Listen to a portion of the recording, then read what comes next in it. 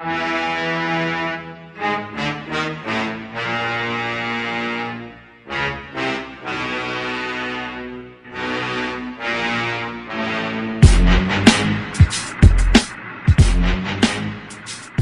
and gentlemen, it's the Big Jiu-Jitsu Show, member of the Pod Bros Podcast Network. Don't forget to go to podbros.com and find yourself another podcast you want to listen to. And don't forget to check out our sponsors, Trap and Roll Soap Company, Tape Armor, and Rolls Gear. And you can find all of our old episodes at bjjshow.com. I'm Rob, and I had Roger Alex on the show again. Now, if you remember Roger Alex, he's been on a couple times before. He's been on for a one-on-one interview, as well as the Origin Camp roundtable that we did a few weeks ago, probably about a month or so. And what was really cool was Roger's undertaken a really special project that's near and dear to his heart, and I really wanted to get him on the show to talk about it. So I hope you guys really do enjoy this episode, and I hope you guys do jump on board to what he is supporting. And like I said, don't forget to rate and review us on iTunes, subscribe to us, subscribe to our YouTube, and also I was on the Grappling Central podcast, which also dropped today, so make sure you go over there and give them a listen as well. And I will catch you guys after the show. Hit record because, we do the Joe Rogan thing now. We just let it fade in a bit and be like, oh, shit, we're recording now. Oh, okay. That's right. Yeah, I remember now. Yeah. You're a multiple-time veteran of the podcast, so. Yeah, right. I was telling James, I was like, Roger's got that special interview status now. He pretty much can call me up and be like, I want to do an episode. I'd be like, yeah, let's do it right now. Yeah, I need to get on, man. Well, ladies and gentlemen, it is the Big Jiu-Jitsu Show. I'm Rob, and I got Roger Alex with me today. So, Roger, thanks for coming back on the show for the third time now, I guess, right? Yes, sir. Thanks for having me. Now I feel like some sort of super veteran guy. Yeah, man. Like you're up there in the ranks of some of the people who've been on the show before multiple times. James being one of them. You are now another one. I think Trevor Hayes still holds a little bit of rank up there, but yeah, you were definitely one of the multi-time. I don't even know guests on the show. So thanks for coming on, man. I appreciate it. Yes, sir. Thanks for having me. And it feels like, in reality, it's only been 3 months since the camp. Yeah. It already feels way longer, man. That camp was too much fun. I know. It's crazy too because whenever it ends, it's you're like, oh, okay, next year it's gonna be whatever, and then of course we all stay in touch, but then it does. It feels like the camp was like 8-9 months ago. Like remember way back when we did this? It was just a few months ago. Yeah, absolutely. And I was just like, shit, that was 3 months ago. Fuck. Yeah. Yes, sir. But I tell you what, it was pretty awesome. Switching to the new location, thought it was going to be. I was worried, like, oh man, because it's growing so fast, and I'm like, I'm not sure what it's going to be like. And we had talked about it and all this kind of stuff, and it was pretty awesome. No, it turned out to be a really good camp, and I especially like the fact we had 2 different mat areas, and I think maybe I liked it because our mat area was right outside of where we were staying. So I just got up and walked over. It was easy. Yeah, and the cafeteria was right beside that. Yeah. So we had it all. We had it all right there. We were MVPs. It was great. Oh, it was awesome. Then what was it? Arturo had the other the cabin next to us. So it was pretty chill camp. So all the people were right there. Yeah. I was gonna say, so since the time between the end of the camp up until now, you've actually undertaken a project, actually a pretty big project to help promote something, and I definitely jumped on board. I wanted to have you come on the show and talk a little bit about it. So could you fill us in on what you've been working on and what people can do to, jump on and get with the program? Yeah, man, absolutely. Well, it's called the Love and Loyalty Project, and what it's about is I'll backstep. My mother is currently fighting dementia right now. I don't know, a lot of people out there are familiar with this. It affects millions of people, and your memory goes, brain goes, and you've got family members that suffer from this thing, and it's like they can be sitting beside you. They don't know who you are, and then one day they do know who you are, and then one day they think you're somebody else, and you can have a loved one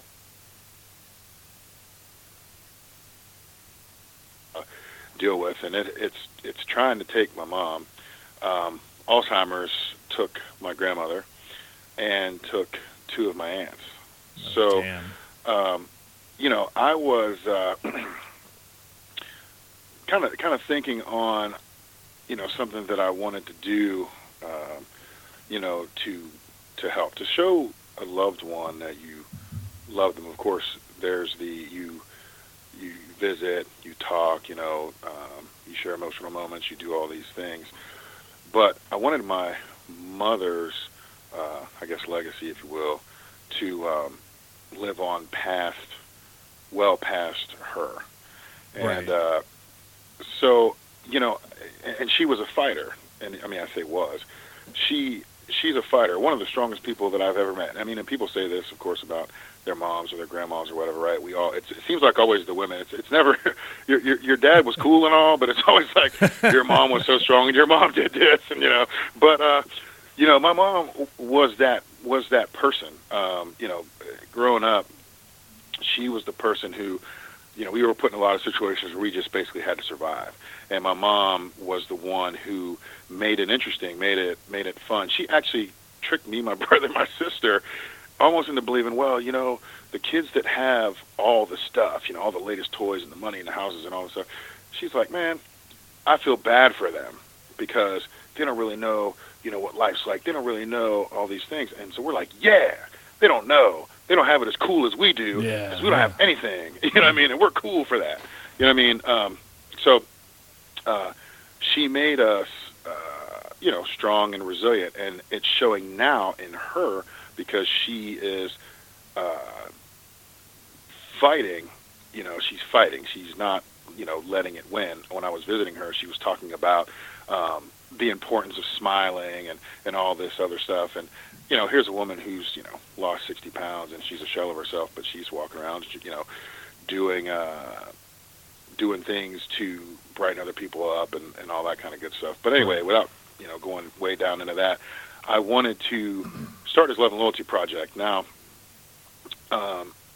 another thing she taught and where love and loyalty comes from is she used to tell me that it's hard to be, you can't love something that you're not loyal to. They're very similar in their meaning. You know what I'm saying? You can't be loyal to something and not love it. And if you are loyal to something, that loyalty has a price. There's a point in that loyalty where you can break off and maybe be loyal to something else. Whether it be loyal to, maybe you play on a team and you're loyal to that team, but you can go to another team.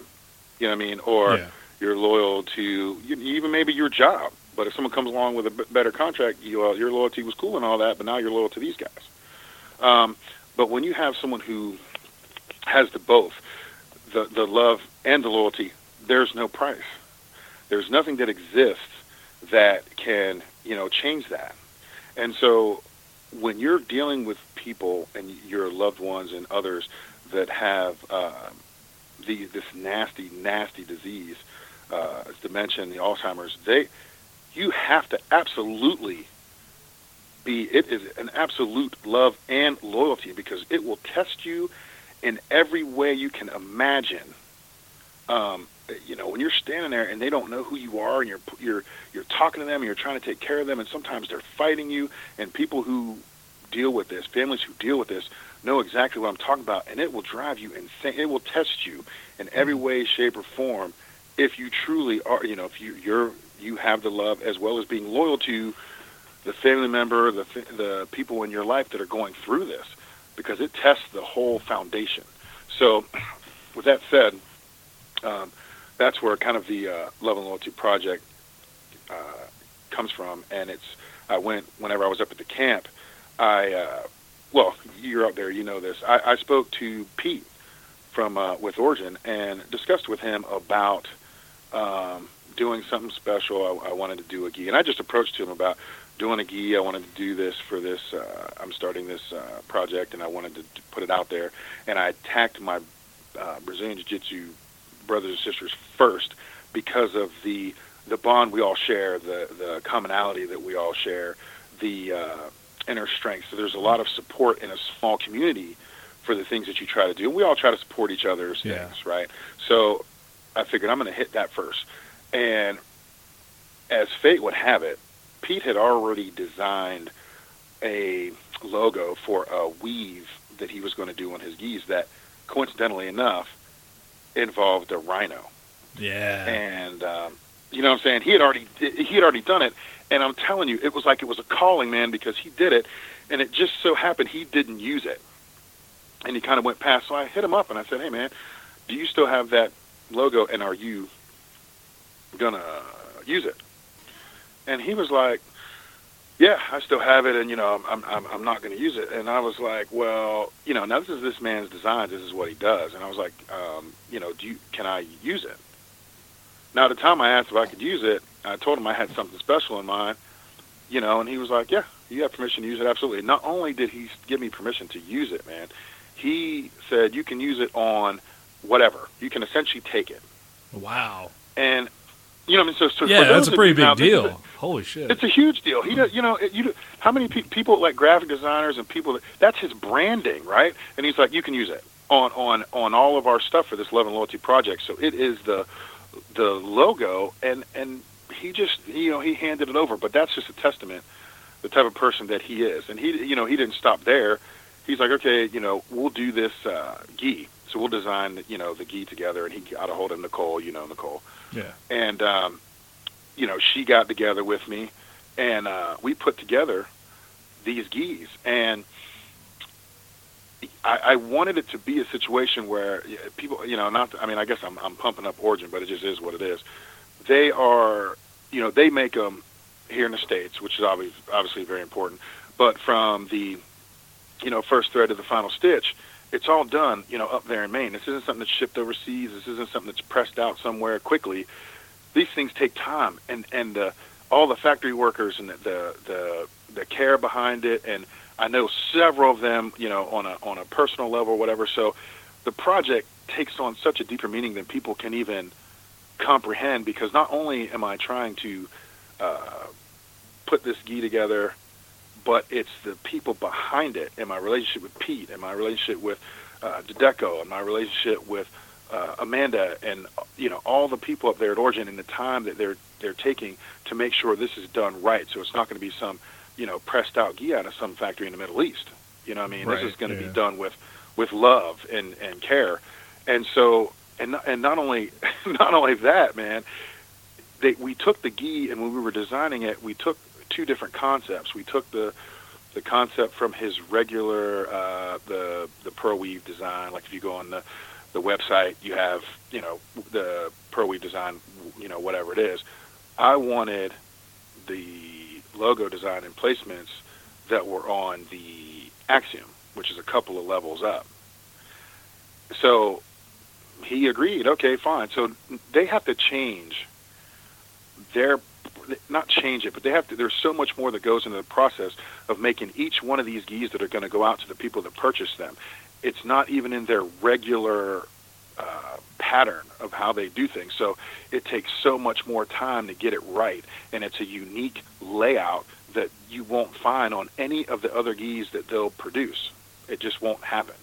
And so that was also, an amazing thing that he just openly said, "Okay, that's what you need done. We're going to do it." So Origin was behind me being able to do this and get this out to the people who purchased them.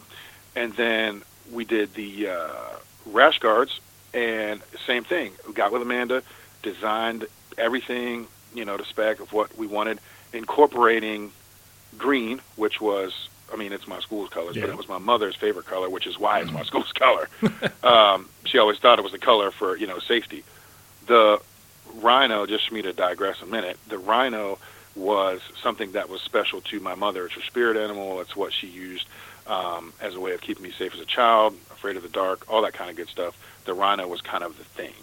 And that was very special to her. So that's what's also incorporated into this whole thing. And that's where the rhino comes from. I just didn't want it to be, hey, look, I'm doing this project, but made it about my school, which is why you won't see, it won't be anything about the academy or nothing like that. It wasn't about that. All the proceeds from the project go to fund Alzheimer's research. So the sale from the gis, from the T-shirts, the rash guards, we have hats now and hoodies and all these other things, all with the logo on it. That will go to fund Alzheimer's research. I'm not keeping it and it's a portion or none of that other stuff.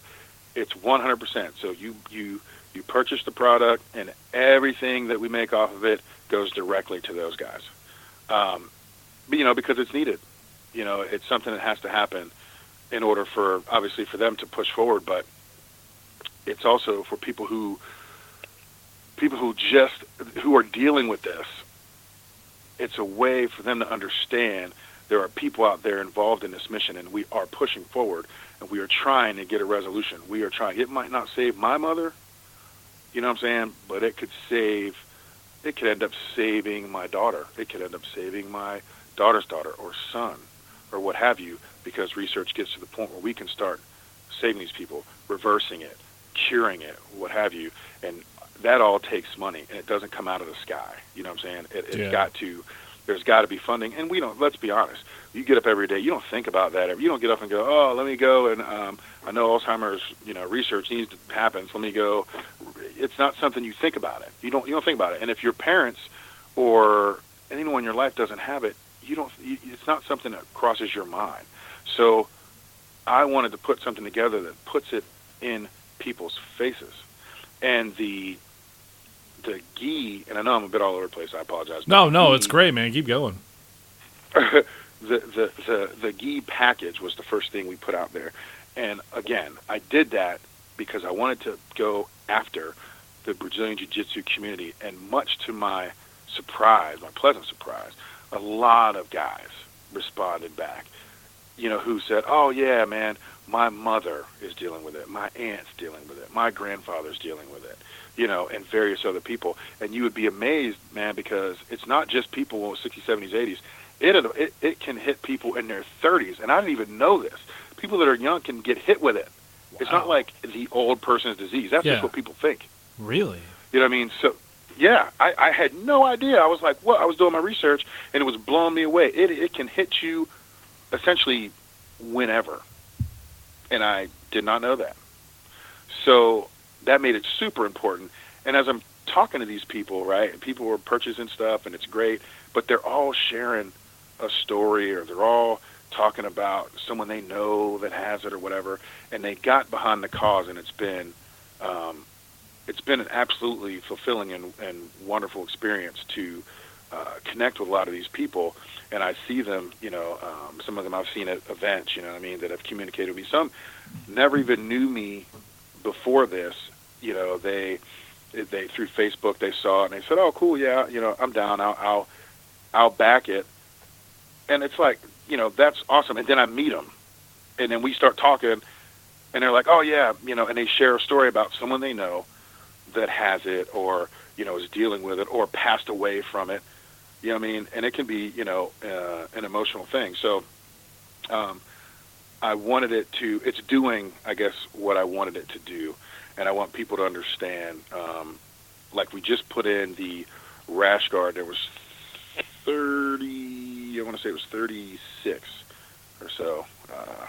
Nicole will probably correct me on that. But that we're going to be pressing out. And then those are going to be the gis. That's going to be it. They're not just going to keep pressing them out. Right. So when you have them, that's it. You know what I mean? They're made specifically for this cause, and that's it. They're custom made, custom done, and that's it. And then the rash guards, people can purchase ongoing. They can just continue, going into November is actually Alzheimer's Awareness Month, which is crazy how it kind of starts tying everything together. Yeah. But the rash guards can be purchased at any point, T-shirts, hoodies, hats, bottles, all that kind of stuff. I did a Facebook page, just as we put the pictures up of the people. They get their shirts, and they take the pictures, and we put them up there so everybody can see who's kind of joined the mission, and that's kind of a cool thing to do. And then hopefully people can start even sharing stories about their loved ones or people that they know, so people can start relating to that and feeling better about it. I think it's a pretty powerful. Oh, so no. Go ahead. No. I was just saying. I know I can ramble. I'm really, really passionate, and I wish there was a way that I knew how to, when you touch people, how they can feel where you're really coming from, and the importance and the urgency of it to, really, really get behind this. And even if they're not going to get behind this, man, get behind the defeat. I always say crushing it or dumping it on its head. Get behind that, and we need to try to solve this riddle that is Alzheimer's and dementia. So if someone says, well, I'm not really into the gi thing or T-shirts, I'm not really behind all that, that's fine with me. But now you're aware. Be aware is what I'm asking you to be. And then maybe get behind something else that you do like that supports that cause. That's what I'm asking you to do. You know what I'm saying? Just be aware and get behind it, because it's got to end. Yeah, and I mean, like I was saying, it's a powerful thing you're doing, because one, it affects you on a personal level. And, I've run into people who will stand behind a cause, maybe not so much because they believe in the cause, but mainly because they're using it as kind of like, what's the best way to put it? Kind of like the join the cool kids club. It's like I'm hanging out with, yeah, like, oh yeah, I'm just, I'm total supporter of X, Y, and Z because, I get to hang out with these people. Like, I've run into people like that. I'm like, that's really what this is all about. But because something you've created, something you've started, it's really, really, it affects people. And, I personally don't have a story about family members with dementia. I have the closest maybe I've got to something similar was my grandpa was, his heart was failing on him, and like he didn't have sufficient blood flow to his brain or something. I was a little young, but the same thing. He wouldn't know who was there. He didn't know who was who. He would ask like, "Hey, where's your mom?" And she's like, I'm Joyce." Like stuff like that. It's a really rough thing, and like that is my small sliver of like maybe a very basic knowledge of it. So having to cope with it and deal with a family member, like I know it's a personal thing, and it's a very important thing, and it is something we need to work on, because the more research, the more tests they do, the closer you get to ending it. And then that's just another thing we get to stop, that takes loved ones from us. Oh yeah, absolutely, man. There was a powerful moment in my life with my grandmother that I will share with you, that hit me probably harder than just about anything in my life. It was my first time really dealing with what, in her case, Alzheimer's was. My mom had been taking care of her. And that's the twisted part of this whole thing, is my mom took care of my grandmother for, 11 or 12 years with this disease, and then, put my mom in her grave, or put my grandmother in the ground, and maybe a year or two later, my mom gets dementia. So Damn. Life can be quite twisted. But yeah. I go to the hospital, right? And my grandma is, they have her in the hospital and everything, and she had just she was in a home and then had some issues. Anyway, they moved her in the hospital. So I go in, and my mom and I got two uncles that are there, and they're breaking down. This is their mother, so they're breaking down. They're having a really hard time. So and I'm hurting, not on their level, if you know what I'm saying. It's like being sad and they're breaking down, right? So I go into the room where she is. She's laying there, and I go in, and I'm looking at her, and I'm talking to her. She opens her eyes, and my grandma was super strong, dude, like super duper strong person. So she's laying there, and all of a sudden she starts talking to me like she was a child, and there was people coming in through the window. She had no idea. Damn. And she was talking to me like I was her doctor. And then she started to break down like a child. Man, and it was like someone grabbed my chest and I could hardly breathe at the sight of my grandmother in that position. So I completely broke down, and I'm holding on to my grandma, trying to act like it's like I'm not breaking down. Yeah. I'm trying to listen, making her feel safe, even though she has no idea. She thinks I'm her doctor, but I just want to make her feel like it's okay. Whatever you're thinking right now, let's go with it, and it's fine. But I am just tore, like, I can't explain it. It's like something else was in the room and just grabbed me. And then I realized, I walk out when it's over with. I go back to where my mom and my uncles are, and I'm just like, I didn't even know what to say, man. I mean, it was crazy because it's not like she hadn't passed. She didn't pass away. But it's like a feeling, it's almost a feeling like that, if that makes any sense. Yeah, it's like it does. You realize you've lost that person. This disease has taken them. And the cruel part about it is they're still there and alive, but the disease has taken them. And not only has it taken their mind, man, they're not coming back. They're not, at this point, they're not coming back. It's not like they're just sick and there's a hope where they'll be fine and they'll get they got a cold or something, or they're whatever. Even various other diseases that are hardcore, even like cancer and all those brutal diseases, there's a lot of times you have a lot of quality years where maybe the mind isn't gone yet. I know at some point some cancers will take the mind too. Yeah. But what I'm saying, where so you're battling the physical with the person, and that'll wreck you. That'll wreck you emotionally. Don't get me wrong. I'm not making it small.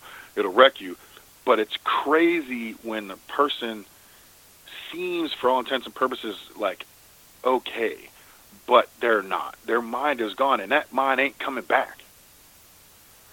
And so, but that person could live for years after that, and you can't. You're trying to emotionally put yourself back with them, and it's hit or miss with you. Man, I can't even. It's crazy.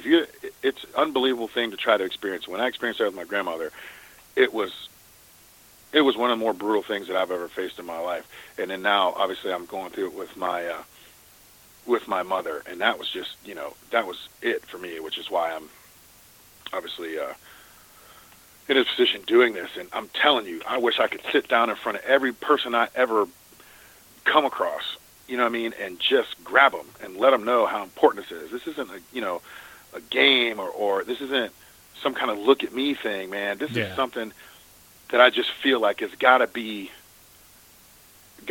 handled. It's really, really gotta be handled. It's something that is of incredible importance, man. I mean, if you think about even people who were veterans and people who've accomplished so much in this world, to live the last however many years of their life with their mind gone. Yeah, it's So I don't know. It's crazy. It's a rough thing, man. But you're definitely doing something for the community as well as the families who have to deal with something like that. So I mean, you're combining two things you're very passionate about and turning it into something that can make a difference. So I think that's a fucking amazing thing to do, man. Yes, sir. Thank you, brother. Anytime, man. And it's where can people find, like, where can they go to get more information? Where can they purchase hoodies? Where can they order geese? Whatever. Like, what is it? Where's the best place to go? Okay, so I've got and I actually got to put on the page the stuff. I've used basically Facebook as my outlet, and they can contact me directly if they would want. My Facebook profile or whatever is Ragin Trainer. It's RAGIN, and then Trainer TRAINER. And they can go to the Love and Loyalty Facebook page. It is open, or public. They can go to that, and then I have on there the different geese and whatever, and there's various pictures of people with T-shirts and all that, so they can see kind of what they look like and what it's all about. And then to purchase them, all they got to do is hit me up, and I have a PayPal set up specifically for this. And the PayPal is Love and Loyalty, and it's not the symbol. It's Love and Loyalty Project at gmail.com. And that's how you can pay through PayPal. And all you do is hit me up, tell me what you want, tell me your sizes and whatever the case may be, give me your shipping address, and we're off to the races. And then I get it all taken care of. And then be patient with rash guards and things. I order them up with Origin. Origin then makes them, and then they ship them, and then I ship them to you. So that's all you really, have to do. And I try to keep, posting pictures. I try to keep all that stuff up so people can see that, and if they decide they want to get involved, they can. Awesome, man. I appreciate you letting the people know. And Yes, I'm excited to get mine in the mail. Really excited to start rocking that one when I get the gi in. So the last episode we had with you, or let me take that back. The episode before, when you first came on the show, after I'd gotten, James was like, Roger thinks you hate him, man. Why is he the last one you didn't want to interview? I'm like, it's like, damn, dude, come on. So we did the interview. And James said, dude, that was really awesome. Why didn't you ask him anything about protective services and stuff like that? Because, I mean, you're like a renaissance man almost, with just jiu-jitsu, running a club, working on this foundation, and then personal protection.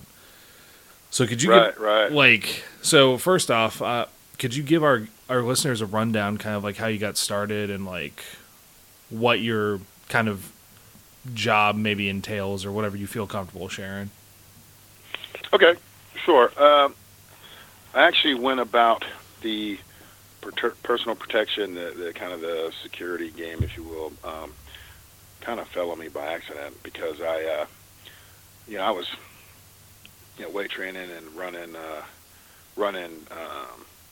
a Gold's Gym, and just, doing all that kind of stuff. And I had, and I was training, of course, at the time. I had gotten into it, and I had a friend of mine ask me if I had ever done, he just asked me if I had ever done just, security work. So I'm thinking, has he asked me if I've ever been like a bouncer or something crazy like that? So I was like, yeah, I mean, I've done some of that. So he said, well, I want you to talk to a friend of mine. I'm like, okay. So I went and talked to this guy, who at the time was running a small security firm. And he asked me, do you have military background, police, any of that stuff? And I was like, no. Don't have any of that. I'm like, I don't know why I'm sitting here. You know what I mean? So we talked for quite a while, and he said that, he's like, well, you've got the mental part, you're the calmness and all this other stuff. He said, we can teach you the other stuff. So for a few weeks, I went and trained with his company and with guys on how to do this and what it entailed and all of that. And I didn't think much more of it, to be honest with you. I thought, okay, well, we'll see how this goes. But next thing I know, I'm like doing protection detail all over.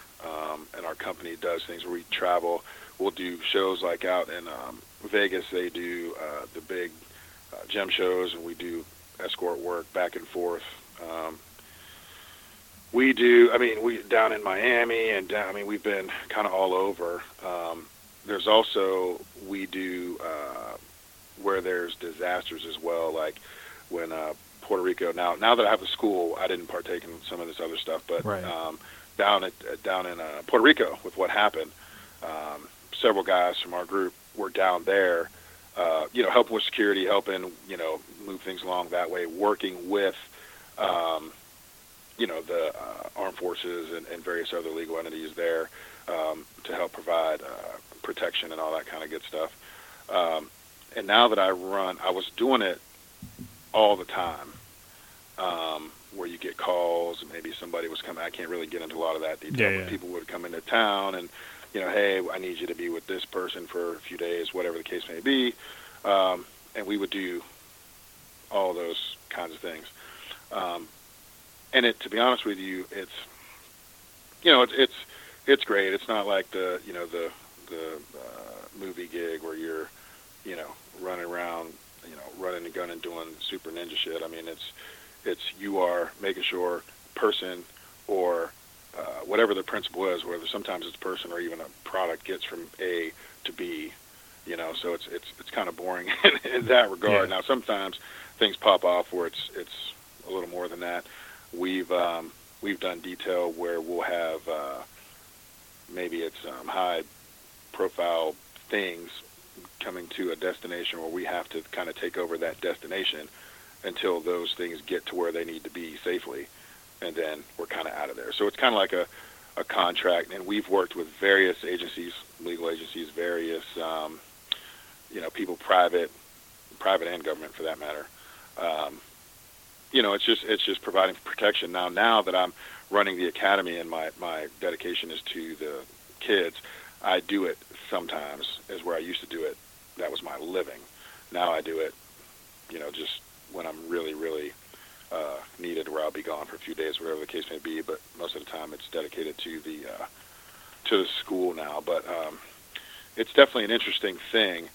And the one thing I learned is a lot of guys that are military will come into this, or not even, they're military, or some guys that maybe wanted to be more in the military than they ended up being. Yeah. They come in, and they're like, we're running and gunning like it's the SWAT or their special forces or something. And it's like, dude, relax. You know what I mean? Because you got to understand verbal judo. You can't get up in people's faces. It's like they're in a hurry to be aggressive and to show that they're, Billy Badass. And it's like, man, our job is to not be that at all. You know what I mean? Our job is to make sure those things don't happen. Like, people see stuff on TV and they see the Hollywood bodyguard guy, running around whipping everybody's ass, and that's actually not how it works at all. You have to plan routes. So if your principal's going from a party to the hotel to another venue, you've mapped out that entire situation and every possible avenue, every way in, every way out, how we're going to get there quick, even the position of who's going to be in the car, where that person's going to sit, how many people are there. It's more that kind of stuff to make sure that during that entire experience, that person, doesn't have an issue. It's not that people are out to try to take everybody out. You're trying to ensure that there's never, even the smallest incident where even it could be something like someone's just, running up to the person. You never know. Like, someone could be running up to the person because they're just a nut job, or someone could be coming up to the person because they're just a fan, or they're just whatever. You have to be able to diagnose that, and you have to be able to move, past that, stick with the plan. So it's a lot of planning more than it is being some sort of ninja superstar. And that's, when I first got into it, it's what I thought. I thought everybody had to be, some sort of, Jason Statham, and they have to be ninjas, and they have to be able to, shoot the wings off a fly and all that stuff. But that's really not how, it works at all. It's a lot of planning. It's a lot of teamwork. There is really no Superman involved, because a lot of times these people have their own, like, you might have someone who has their own actual bodyguard. Right. And that person's also a confidant or whatever. So you work in conjunction with that person to plan the entire experience. That's an interesting take on it. No, it does. And something that came to my mind when you're talking about was, you're just like, I don't know if this is a fan or like a nutcase, because I remember, for whatever reason, one of my guilty pleasure movies of all time is, I think it was called I Think We're Alone Now. It was like a documentary on two fans that were like obsessed with the singer Tiffany back in the day, and one dude was like showing up everywhere she goes, sending her swords and shit. I'm like, that's level of, like, that's some real crazy level stuff. And I mean, yeah, some people, I guess, can't differentiate between really liking somebody and being to the point where it's like love knife material, as Tenacious D called it. Like, oh, I love you so much, I got to show you how, and just stab them to death. Yeah. I don't know if you remember, God, who was it? The tennis player, was it Steffi Graf she got stabbed? This was years ago. Yeah, like on the court, right? Yeah, a guy rolled up and stabbed her, dude. I'm like, what the fuck? And they found out, obviously, more about the guy or whatever the case may be, but people don't understand, man. These high-profile people, whether it be celebrities or whatever it is, they are like, oh, that guy's an ass because he was coming out of the arena going to whatever, and I was trying to get an autograph, I was trying to do whatever, and I got ignored, or I got, whatever. Dude, there's a reason, man, because you might be cool with just one autograph. The next dude might want to stab that guy, you know what I mean, or get close enough to hurt them. And it's not even a value as far as, like, they feel like they're so important. You feel like they're so important. They didn't make that call. You did, because when they're who they are. Because a lot of people give a shit.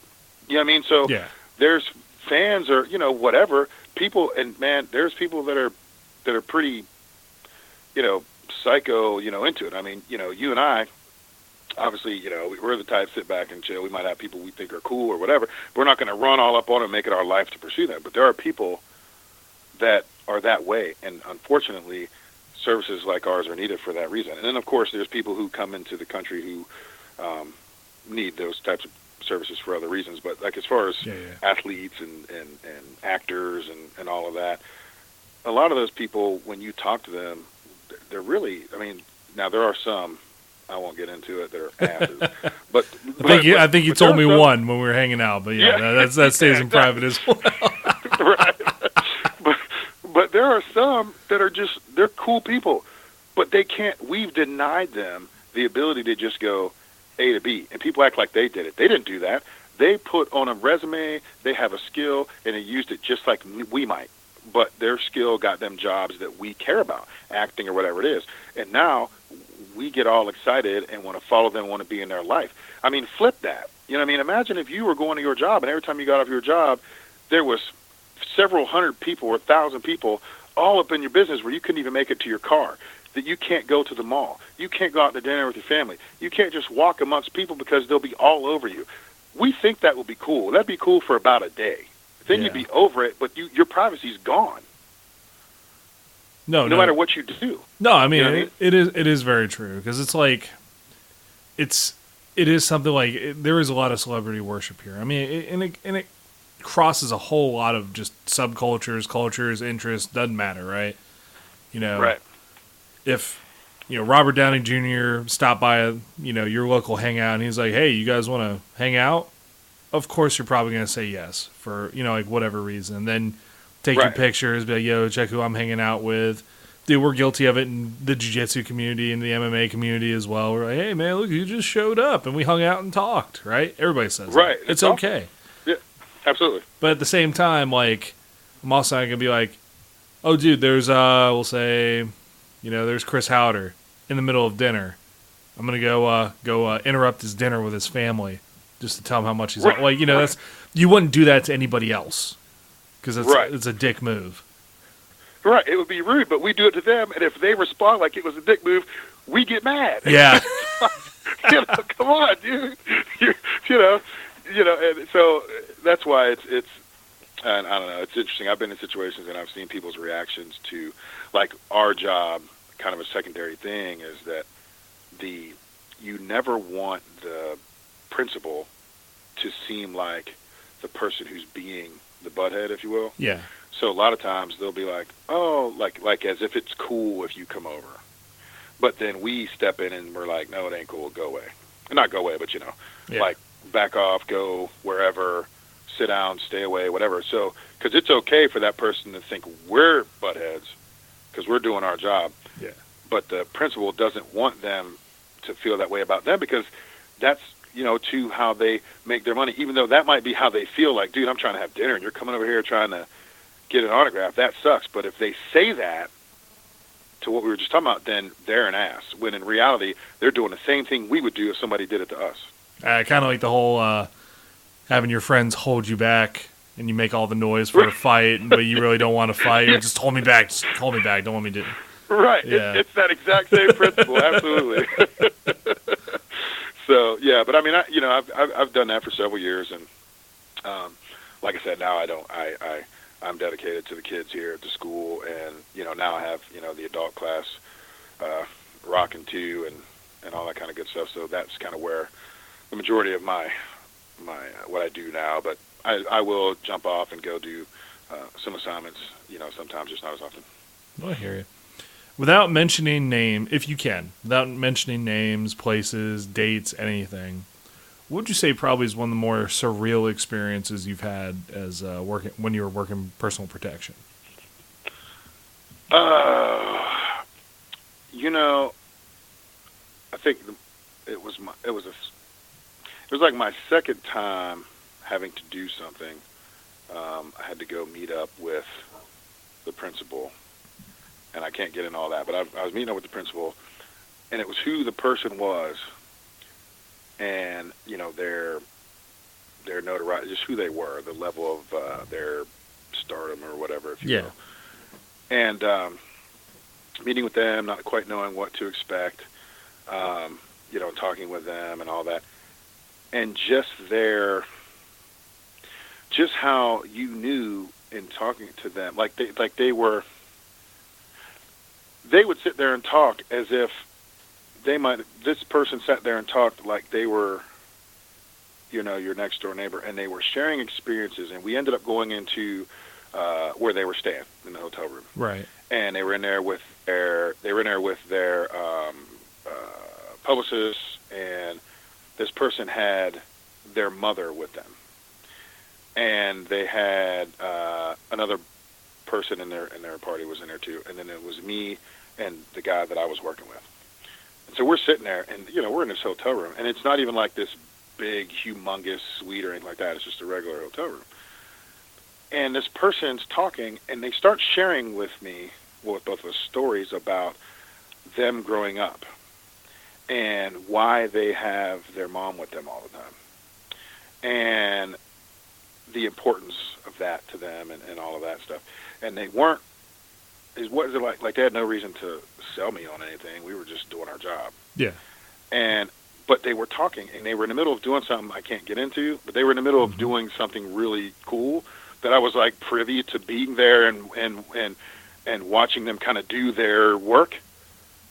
And it was crazy because I'm like, I became an instant, like this person was already big, certainly didn't need me as a fan or not, but I became like an instant fan to see the real of this. It was unbelievable that I was sitting inches from this person, and they were engaged in a very deep conversation with me and my partner about them and like their life and their mom and where they grew up and what they have now and why, and it was I can't even, it was crazy. I mean, I wish they were all that way. They're not. Yeah, imagine. Dude, I mean, I was like, I'm sitting here right now it's like I became super fanboy for about 3 minutes because I couldn't believe, I completely expected this person to not be what this person was, if that makes sense.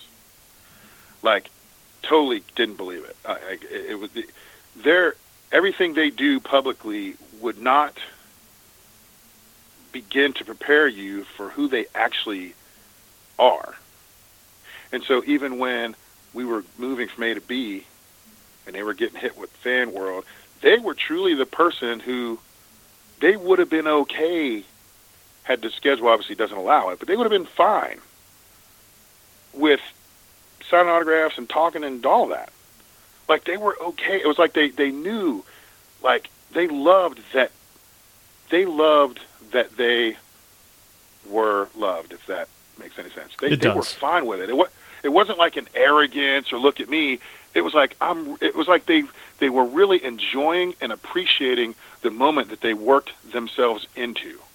And so they did not want to just deny them that. And in fact, when we were going through the route and we were doing things as we were going, they were trying to figure out how to kind of have some interaction without necessarily blowing up the route and taking things way off course. And we tried a little bit, and it got to the point where I literally had to physically grab the person and just go because it started getting overwhelming, and they truly would have stayed there. Wow. You know what I mean? And then my partner was like, go this way, because, like I said, it's a planned out deal. Yeah. Go this way. He did this. I literally had the principal with me, and we took off. And it's sad because to the public eye, it would look like, oh, they think they're too good.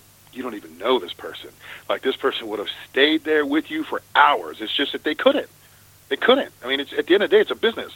Their brand is a business, and they got to go handle that, and they can't stay in here with you. They'd like to, truly, but they can't. Damn, that's... So it was... Yeah, it was awesome. Wow, that is pretty nuts, but you get a, and that's the thing too. I guess it kind of goes back to the whole we don't know them, so what the persona is versus what the reality is kind of a crazy thing, and yeah, just not getting to just because your celebrity, like whoever you're a fan of, snubs you doesn't mean that they hate you. It's just they got shit to do. Right. And now there are some, and I won't get into any of them stories. There are some well, you and I have shared some. Yeah. There are some that you're just like, whoa. And the thing is you watch them, and you know the flip side of that. Like, they show themselves, and they're like, oh, that's such a whatever person.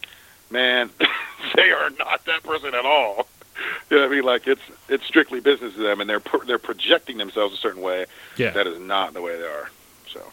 Can only imagine, man. Well, Roger, I really do appreciate you coming on the show, man. This has been an awesome interview as well. So thanks again, dude. Yeah, thanks, man. Thanks for having me. I really, really, really appreciate it. Of course, and I really do hope everybody goes out there, supports the love and loyalty like we talked about earlier in the show. And don't forget, we are a member of the Pod Bros Podcast Network.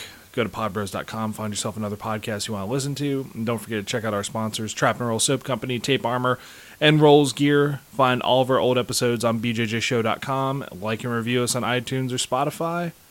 I'm Rob. I'll see you guys next time.